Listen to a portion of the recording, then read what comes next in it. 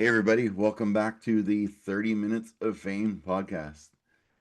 Today I'm joined by another talented musician and singer I found scrolling through TikTok that just popped up and checked out his music and said, "Hey, man, let's have a chat." So, Mr. Barry Payne, all the way from Ontario, just a little east of us. Welcome to my show. Yeah, thank you. Thanks for having me.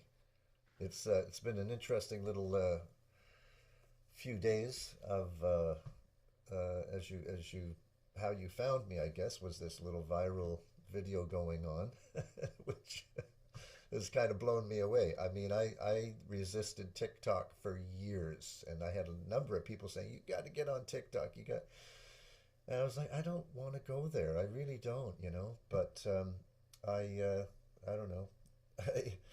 I held my breath and hit post and this one video like I just literally 5 days ago started this, and the video that I put up was just a where are you in the world listening, and over 2 3 days it had about 160,000 views and over 5,000 comments, and I was like, holy shit, this works.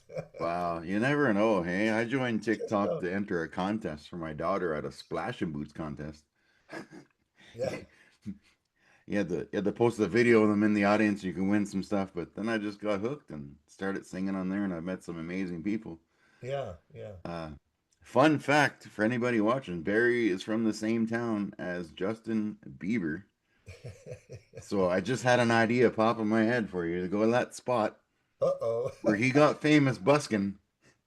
Oh You just yeah. stand up there and say, "Hey, this is the spot. It could work for Justin." I should go and sit on the it's right on the Avon Theater steps, Yeah. and there's like constantly a stream of teenage girls that come and sit there and take their picture there, and he's got a star on the sidewalk. Oh It's yeah. Yeah. I mean, we get tons of tourists, and there are a lot of young girls that come and see that spot, because it is a famous spot, That's where he Now got my his. daughter, my daughter's 11. She told me there's a bowling alley that he Yeah, filmed one of his famous videos in that he just went back to yeah, and might filmed an still. update singing there. That was pretty cool. That is cool. Yeah, yeah. I haven't followed him at all. I know a few of these tidbits. I only Uh, know it because of my daughter. I swear that's my story, and that's what I'm sticking oh yeah, yeah. to. That's cool. Well, here's a tidbit for you, because the last song that I just posted is called "Two Stars Collide," and the post was just thanking everybody for coming and joining the post and joining my TikTok page. Like within 4 days, over 1,000 people. Shit, this is insane. And so I just posted thank you, and the song is called Two Stars Collide, but I just, the message is, you know, between me and the TikTok audience is that, uh, thank you for your love, kind of thing. And that's the chorus. But that song was written by Nathan McKay, who lived beside Justin Bieber.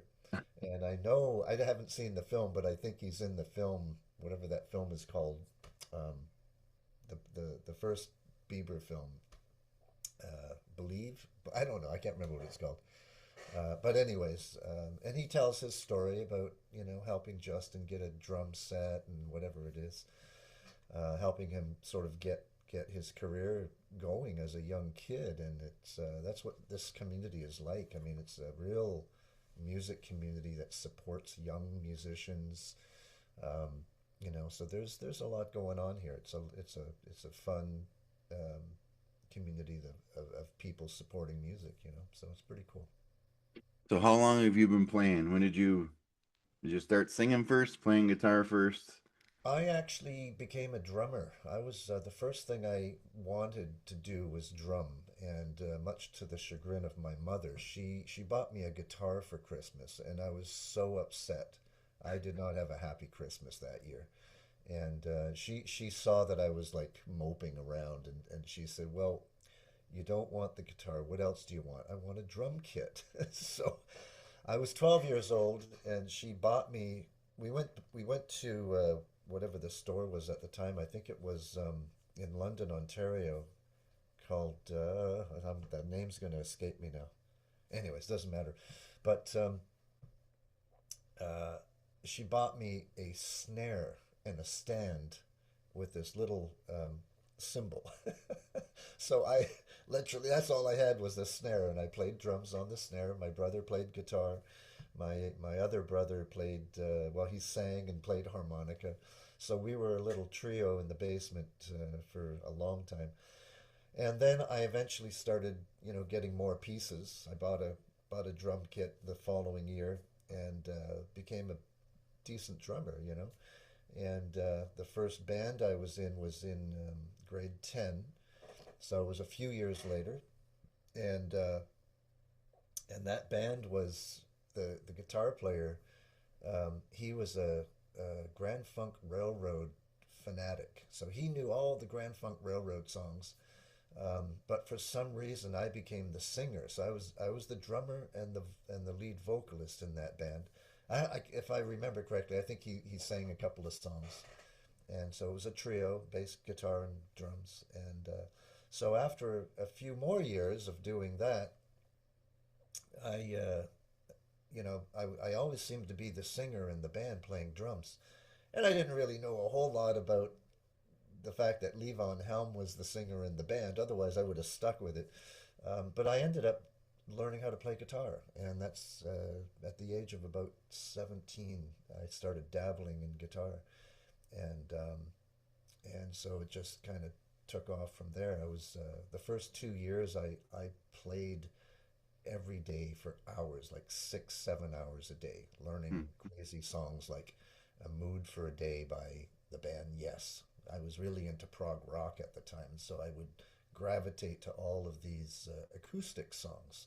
At the time there was Stairway to Heaven. Everybody learned that, and just really unique prog rock acoustic songs by bands like Gentle Giant and Led Zeppelin and geez, I can't think. Even like what's their name? Emerson, Lake and Palmer had a great song, which I can't remember now. Uh, Tuesday Afternoon, I think it was, or something like that. Anyways, I learned a lot of those songs, and of course, playing with all these other people, we learned Crosby, Stills, Nash and Young, and you know, Neil Young and Bob Dylan was a big influence. So that's where everything went. Like the first song I learned how to play on guitar was "Doctor Feelgood" by Motley Crue with the open tuning. And once I Okay, learned it, I played my just drove my parents crazy. It was about 10 hours straight. yeah, All they hear in the room was dun dun dun dun dun. I'm like, I got it. I got the whole song. And like, I was like, I don't know, 1993. I was like 15 or 16, I think. yeah. But I was gonna say, yeah, that was the '90s, right? yeah, I had the long hair, had the mullet. I looked like I don't know. We don't want to go there. There is some photo evidence of it, and actually, funny story. The guitar I was playing, somebody gifted me, and it was a Charvel. So out of curiosity, maybe Yeah. about a year ago, I looked up the value of this guitar, and these things are selling for like 6 grand online now. I'm like, Wow. oh, what did I do with that guitar? Yeah, yeah. A lot of these old guitars have just, gone up in price and value. It's insane, but it's a good insane. So a lot of my guests I have on, I mean, mental health was big with me, music is big with me. How does music affect your mental health? Like keeping, Oh, I'm a roller coaster in my brain. My brain is up and down all day long, all week long.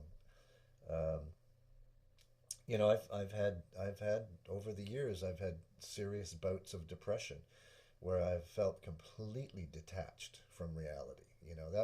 I'll say that's going back to the early '80s, just a couple of years after I moved to Vancouver, and it was a serious depression.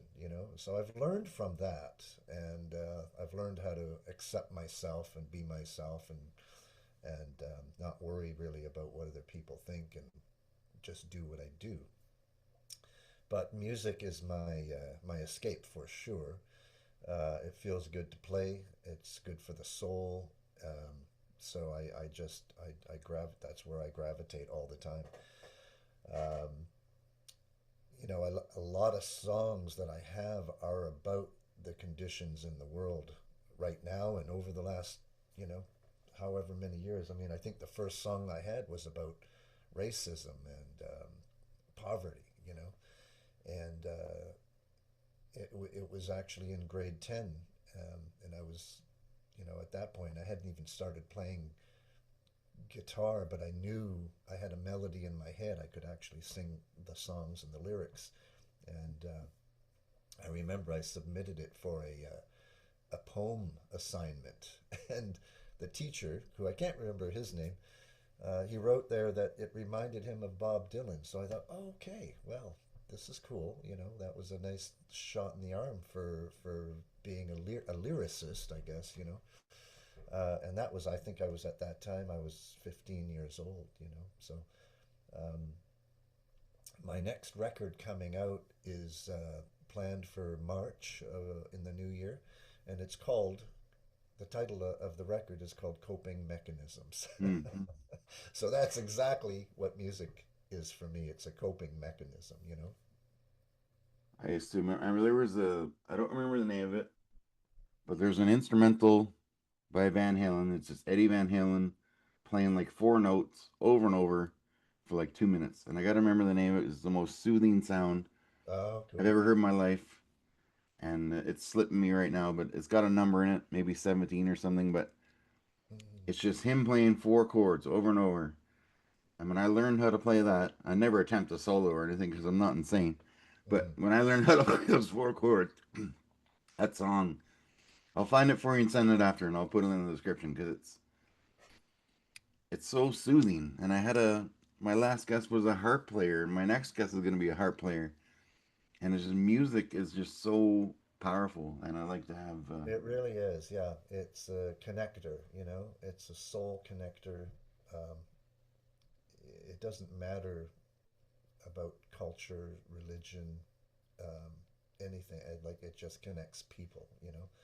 All kinds of music. I mean, I played in a Celtic band called Rant Maggie Rant for 12 years, and that is some of the most uplifting music you will ever hear. Yeah. Celtic music in general, traditional Celtic music. And this band that I was in kind of pushed those envelopes, and we called ourselves a Celtic world fusion band, and primarily because our drummer was, he had studied Latin rhythms and African rhythms, and he played a djembe and different various exotic percussion instruments, and it was the combination of that style of percussion with the Celtic melodies, and I kind of played more like almost like a punk rock acoustic guitar, power chords in a way, and very very heavy strumming, very unlike a lot of the traditional Celtic bands, guitarists, primarily because I didn't come from that tradition. I came, from rock and roll, and I was in a punk band in the mid '80s, um, and so all the influences of our members in that band just created this really incredible Celtic fusion, you know. But it moved people. That's all I Hmm. remember. Is just like the shows that we had were just incredible in terms of the exchange of energy between the audience and the band. So yeah, I it love it. Well, I grew up in Newfoundland, so Celtic music is it's in your infused into my veins. blood. Yeah. We're at a Christmas concert a couple nights ago at the library, and this husband and wife were playing these old kettle drums from Jamaica, like with Oh yeah. Christmas music. Yeah. Yeah. And he was playing a box drum on the ground, right? So A it was cajon. so similar. It had a very Celtic drum beat, Yeah. but then the kettle drums are going at the same time, the steel drums, and you just feel it right through your body, like you're a front row at a Metallica concert. Like there's just the bass is so powerful. I loved it. Yeah. Yeah. Yeah. It's yeah. Percussion especially is like that's my as I said that's my first instrument. So I still facilitate djembe drum circles in town here. Um, maybe about once a month or so. I used to have a weekly last year and the year before, but it just got a little bit too much. But yeah, like just even on a djembe. I mean, I could do an example of how I play a djembe for you. You got a minute? I'll do that, okay?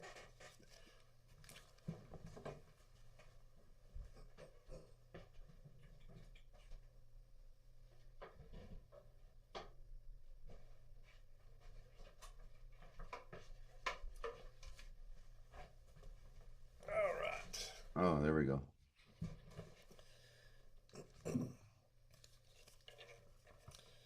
So, let me see if I can maybe adjust this here.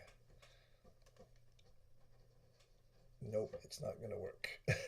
Sorry about that. That's okay. It's okay. But anyways, you'll be able to hear it. This is a djembe, and it's.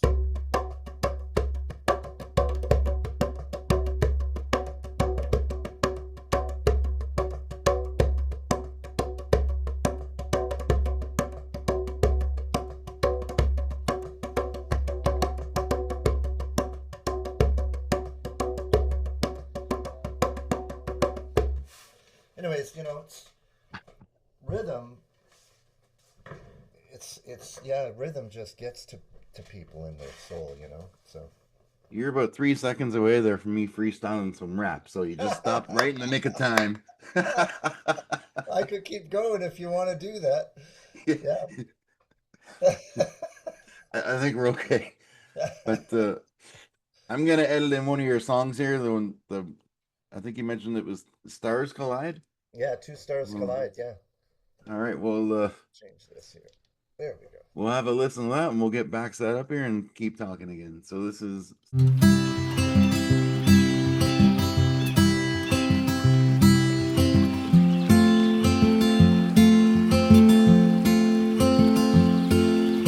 Two cars collide at breakneck speed. One rolled over and spilled its seeds. Like two locomotives, there was nothing left but damaged parts flying in the air. One small decision changes everything. Like the day you left me in the middle of this thing. I couldn't help myself, starting out clean. I was worrying about the stars and just everything. I knew that we were two lovers destined. I knew that you were my new romance then.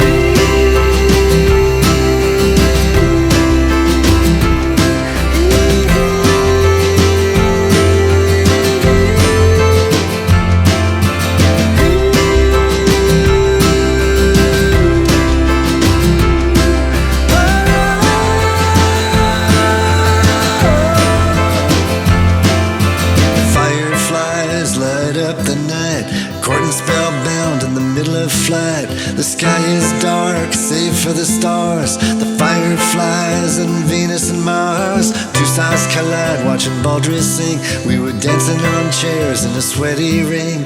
I took you home and we fell in sync. Our hearts were beating to a lover's beat. I knew that we were two lovers destined. I knew that you were my new romance then.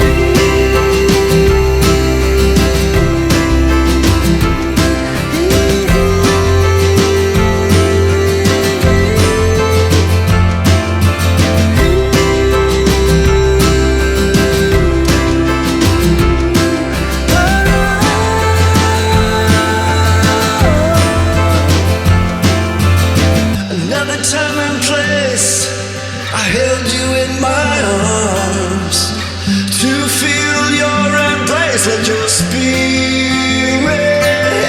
soar.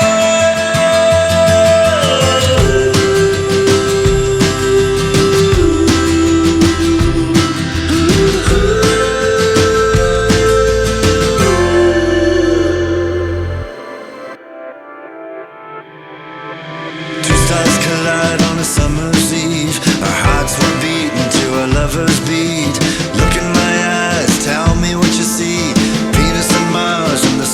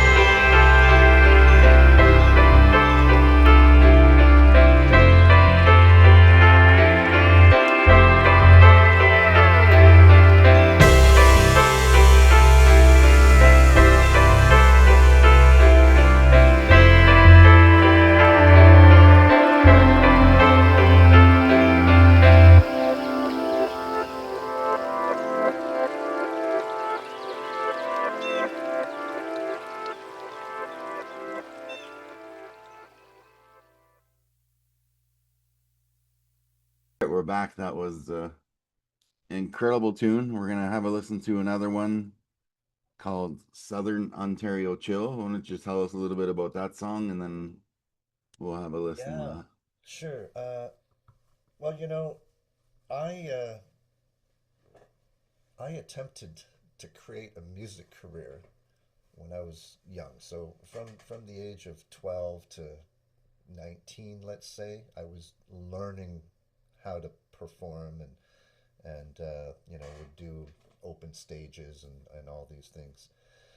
And then I got onto this idea that I could actually make music, make a living playing music, and so for the next 8 or 10 years, I kind of had this idea in my mind: if I don't make it in 10 years, I'm quitting, And so I had moved out to Vancouver, and I played in a couple of bands, and one band that did okay in the Vancouver music scene was Linear B. And so we played all the clubs and got decent response. Um, and then I got kicked out of the band, and then I started um, uh, working in the music business. So I became a, an employee of a label as a director of marketing. Just because I was kind of like a go-getter in town, I would do anything and everything to kind of like promote the things that I was doing. I was fairly well connected at the time, and so I became their director of marketing. And after a year of working with this label, nothing was happening, and I just was very, I don't know what's the word, but kind of annoyed with the situation, and I left. And so I opened up my own business, and then from there, for the next 10 years, I worked in the music business at a high level. The business came crashing down, and the company I was with went bankrupt. And by this point, I had moved to Toronto, to Montreal, and couldn't find work in Montreal after the bankruptcy. So I came back to Stratford, and I got into the corporate world. So I worked for Air Canada here in Toronto, and then I worked for Saucony Running Shoes, and then I worked for another company that was very short lived. Anyways, at the end of it all, over the course of about 6 years, I had been restructured out of three really, really good jobs, and that was my corporate life. And and at this point, I was out of the business as a musician, songwriter. I hadn't done it for 10 years. So or even longer than that, but that year was 2006, and I decided, well, something hit me, and I started writing songs again after 20 years. And so this song was written right around that same time. I had written like 50 songs that year. And as I said, I hadn't written a song in 20 years. So I'd written about 50 songs, and then this kind of precipitated this idea that, oh, I could maybe do a record. I've got enough good songs so I could do a record. This was one of the songs. And so it really, it's about, going through this process of losing these three jobs, and again, like, I don't know if,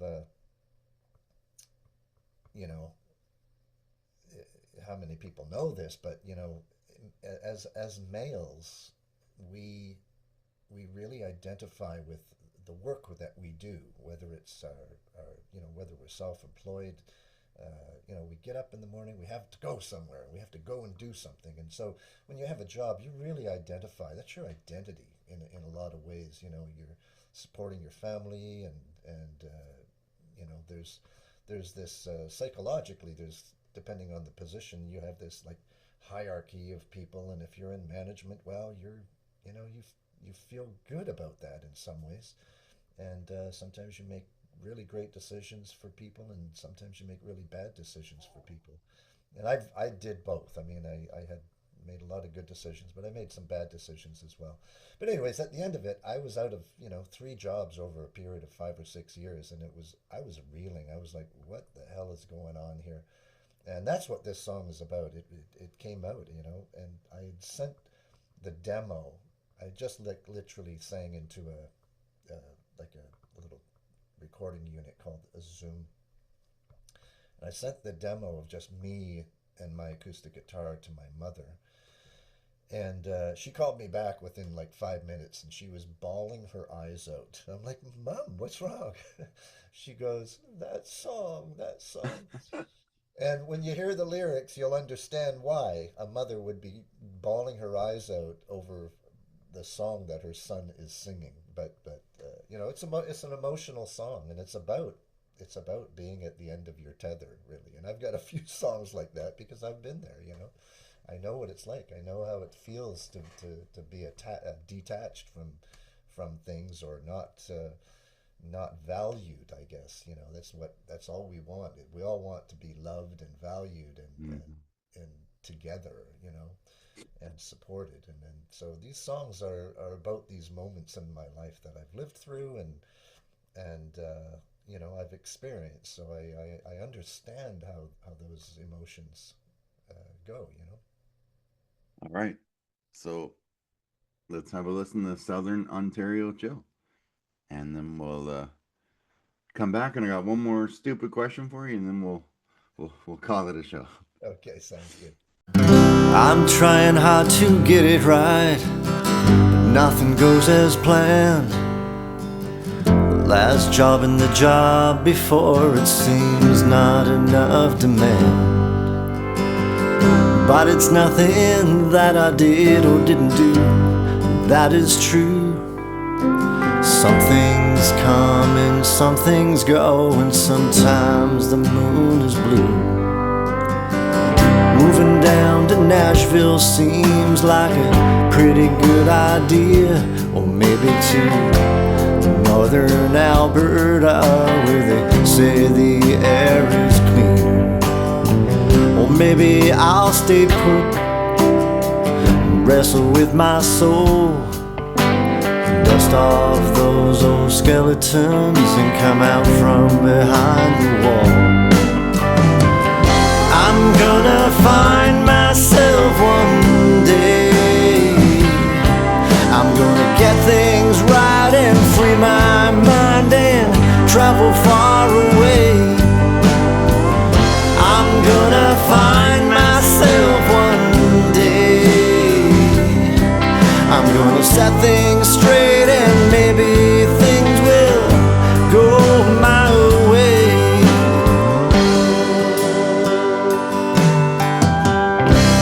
Now that winter's here, the snow is blowing in.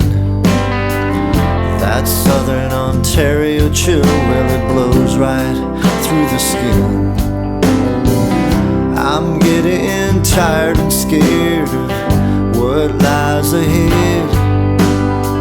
Sometimes I feel that I'd be better off dead. Better off dead. Better off dead. Better off dead. Better off dead. I'm gonna find myself one day. I'm gonna get things right and free my mind and travel far away.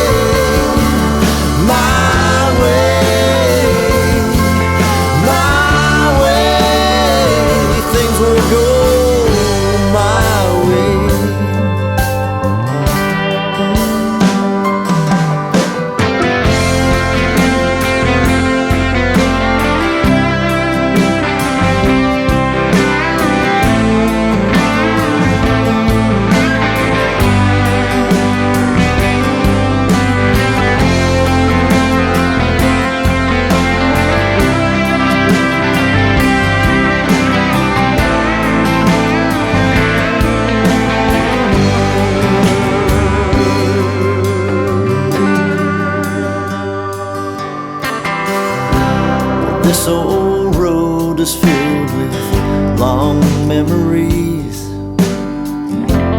twisting lovers' tales and shiny filigree.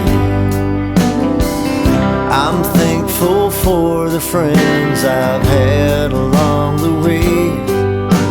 Some were good and some forgotten, but the memory always stays. I'm gonna find myself one day. I'm gonna get things right and free my mind and travel far away. I'm gonna find myself one day. I'm gonna set things straight and maybe things will go my way. My way, my way, my way. Things will go my way. My way, my way, my way. Things will go my way.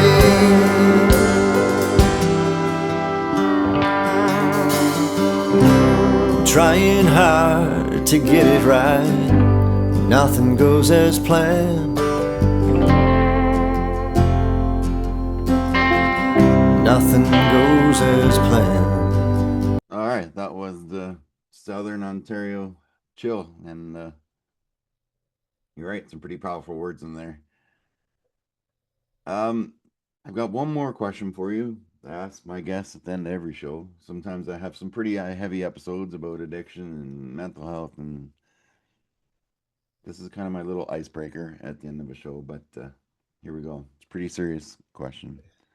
A 100-meter pigeon carrying contest. How many pigeons could you put in your arms and still have in your arms at the end of the 100 meters? Oh my gosh. One maybe. One? Yeah. Not even. I'd just let them all go. Oh. I've had 66 guests, and that puts you in second last. I had Leslie Horton on here from Global News, and she has a phobia of pigeons and a phobia of Canada geese, so she wouldn't even touch the question. Right. So you're not last. That's a good sign. Second last, maybe. I think my first place guy was my singing Arnold Schwarzenegger impersonator, who was just amazing. He said he was going to put in an Arnold voice. Said he was going to cover his arms in pigeon seeds and 200 pigeons swimming.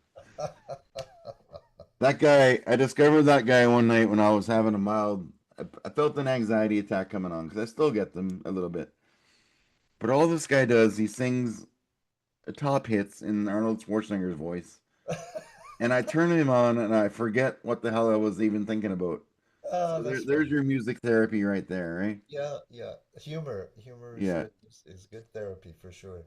So people want to find your music on Spotify. Are you on there? Yeah, you'd have to search for Stringbone.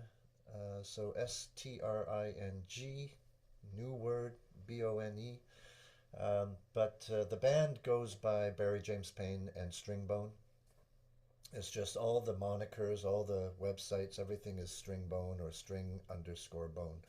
That's where you'll find me. So Okay, and like my daughter tells me to do, I'll put everything in the description.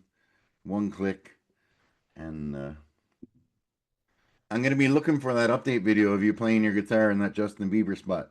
yeah, that's a good idea. I'll have to do that. Yeah, you just never know, right? You never know what could happen. Could be the next Justin Bieber discovered off an idea from the 30 Minutes of Fame podcast. How cool would that be? Very cool. Well, thanks for coming on with me. When your new project launches in March, let's do a part 2, and we'll talk about that. Sounds good. Yeah. And then we can edit in that video of the Justin Bieber song right. on those stairs. But okay. So if there's one singer out there right now, even past or present, that you could play and record a song with, who are you picking? Oh my God. Um, well, I just absolutely love Gillian Welch. I think she is absolutely amazing. Um, if I could sing a song with Gillian Welch, that would be a dream come true for Yeah. sure. Okay. Well, I'm gonna tag her in the comments, Ah, and then you never know what can happen. I did. It hasn't hi, happened yet. Gillian. I did tag Michael Bublé in an episode, and then all I got was an invite to his bulletin board. So I'm like, and then all these fake Michael Bublés following me and fake Dolly Partons. I don't know. Uh, But man, yeah, thanks for coming out with me. Thanks for sharing your music. And Thanks for having me, Dave. Appreciate it. everyone watching, like, subscribe, go check out Barry's website, follow him on TikTok. Keep an eye out for that Justin Bieber video on the steps. And if you're out there struggling, just reach out to someone, listen to music, pick up a guitar.